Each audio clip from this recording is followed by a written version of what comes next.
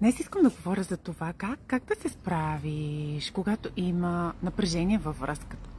Когато има проблеми във връзката, винаги има и напрежение. Често има и напрежение. Винаги бих казала дори.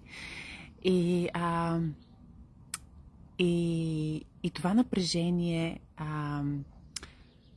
е неприятно, защото първо е стресиращо, не е приятно да си непрекъснато напрегната, когато си около съпруга си или партньора си, но също и преграда за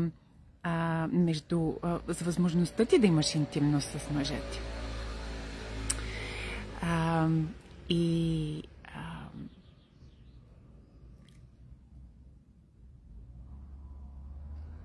Става малко като порочен цикъл, защото напрежението идва от това, че обикновено няма близост и интимност.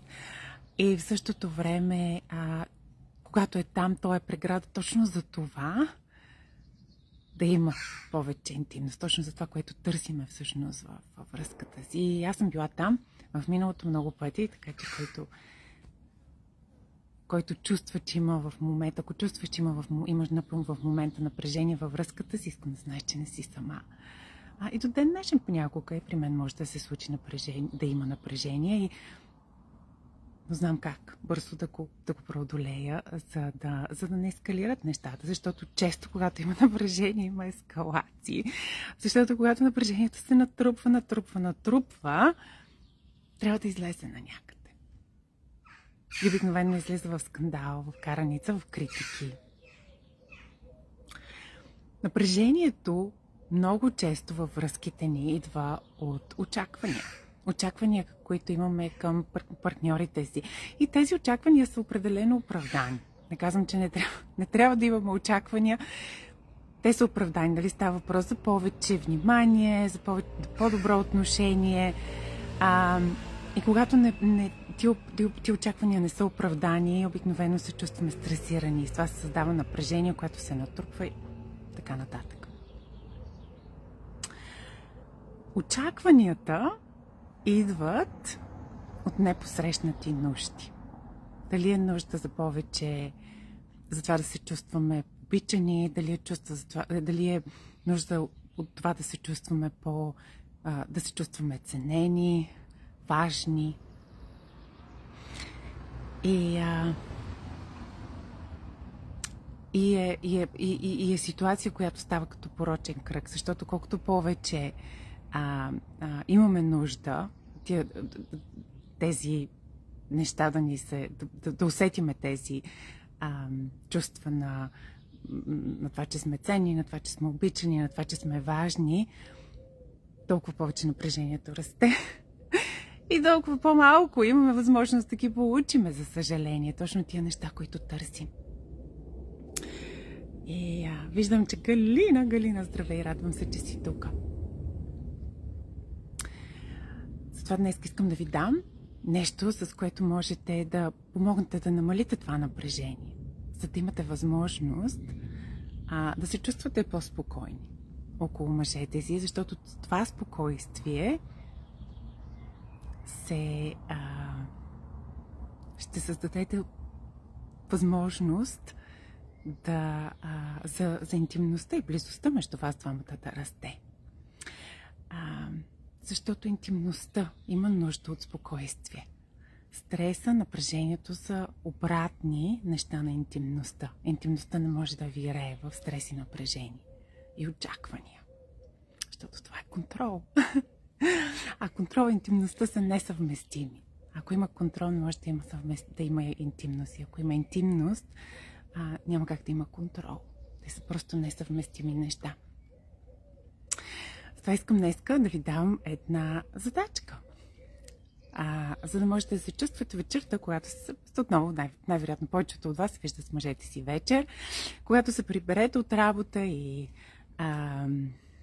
и сте около него, да се чувствате релаксирани, щастливи и спокойни. Това, което можете да направите през деня, за да имате този релакс и спокойствие вечер, правите 3 неща за себе си. дневно, които ви правят щастлива. Знаете, често говоря за грижа за вас, защото това е основното умение, това е което и едно от трудните умения за повечето ми клиентки, защото сме свикнали да поставяме себе си на последно място като майки, съпруги и дори служителки там, където работим. И това е нещо, което на жените ни се отдава лесно, да забравим за себе си. Но когато това се случи, нямаме възможност да си дадем това, от което имаме нужда, за да нямаме очаквания, за да нямаме напрежение и да се чувстваме по-щастливи и сигурни. С това искам да ви покана да експериментирате, да направите 3 неща през деня за себе си за 1 седмица или 2 седмици. Следващото видео ще е след 2 седмици, така че за 2 седмици да се фокусирате да правите 3 неща, които ви правят щастливи. Това може да е кафе с приятелка. Аз често правя това, защото това ме прави щастлива. Разговор с приятелка. Аз често говоря с сестра ми, защото това ме зарежда. Може да е маникюр, педикюр, ако това са неща, които ви правят щастлива. Мене ме правят щастлива определено. Може да са прости неща. Много от клиентките ми това, което правят, е да излезат на терасата да изпият кафе сами сутрин, примерно. Да си дадат тия 10-15 минути на себе си. Да удължат душа си сутрин, да си вземат вана вечер, ако имате вана в къщи. Да отидат на разходка в природата.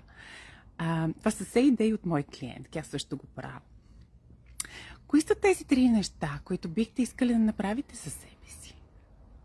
С които ще се почувствате по-релаксирани, по-щастливи, по-спокойни.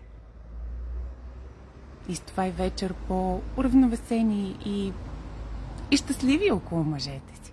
Иска ми се да чуя кой чувства, че има напрежение в момента между между нея и мъжа ти.